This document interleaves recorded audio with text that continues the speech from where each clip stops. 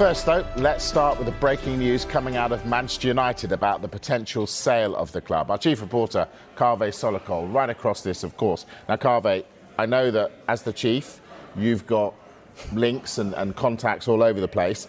So this is important. What are you hearing coming out of what's happened at Manchester United today? Look, we're expecting the Qataris to make a second bid for Manchester United within 10 days. Sheikh Jassim's bid have already made one offer for United before the soft deadline, which was a month ago. The Glazer family, who own United, liked that bid enough to say to them, OK, you're through to the second stage of the process.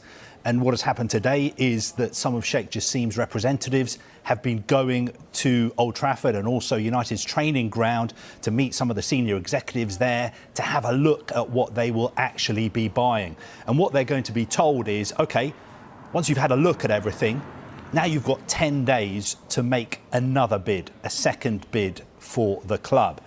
And I am very confident that they will make that second bid.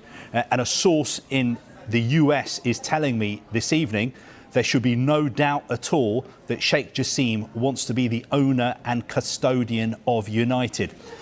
In the past few weeks, I've been saying that Sheikh Jassim is not the kind of person who's going to overpay wildly for United. That was what I was told. But today I'm getting the sense that he will do what it takes to become the owner of Manchester United. If he really wants it and he pays more than that, surely the Glazers are going to say, thanks very much. We paid 200 mil, we're off.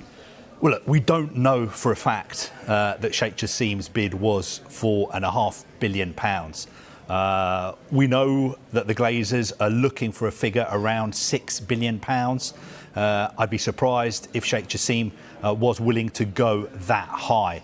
But what was happening today at United was there was a very high-powered delegation representing Sheikh Jassim at the club. They got the train up to Manchester from London this morning. I was told that they got a very warm welcome. The talks were very positive and constructive. And what his team were really focusing on was the infrastructure, Old Trafford, the training ground. Also, they want to have a really good look at the youth development set up there, because that's something they want to invest money in. And also the women's team.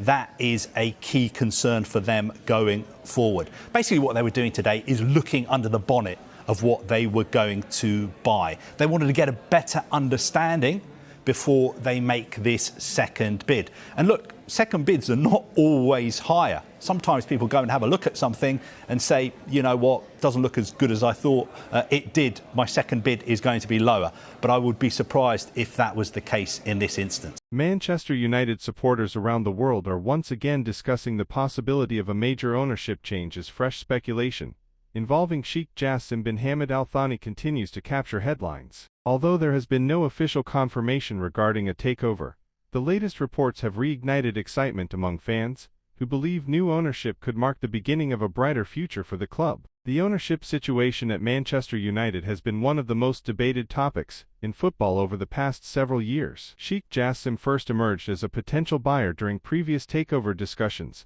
and quickly became a popular figure among a large section of the fanbase. Supporters viewed his interest as an opportunity for significant financial backing that could accelerate the club's rebuilding process. While earlier negotiations did not result in a completed deal, the latest speculation has once again raised hopes that the situation could change in the future. One of the biggest attractions of a potential Sheikh Jassim takeover is the prospect of substantial investment. Fans believe fresh ownership could provide the resources needed to strengthen the squad, modernize Old Trafford, improve training facilities, and enhance recruitment operations. Such changes are viewed by many as essential if Manchester United are to compete consistently with Europe's elite clubs. Social media platforms have been flooded with reactions as supporters share their opinions on the latest developments. While some fans are optimistic and excited by the possibility of change, others remain cautious, pointing out that previous takeover rumors have ultimately failed to materialize. Football analysts have also urged supporters to remain patient,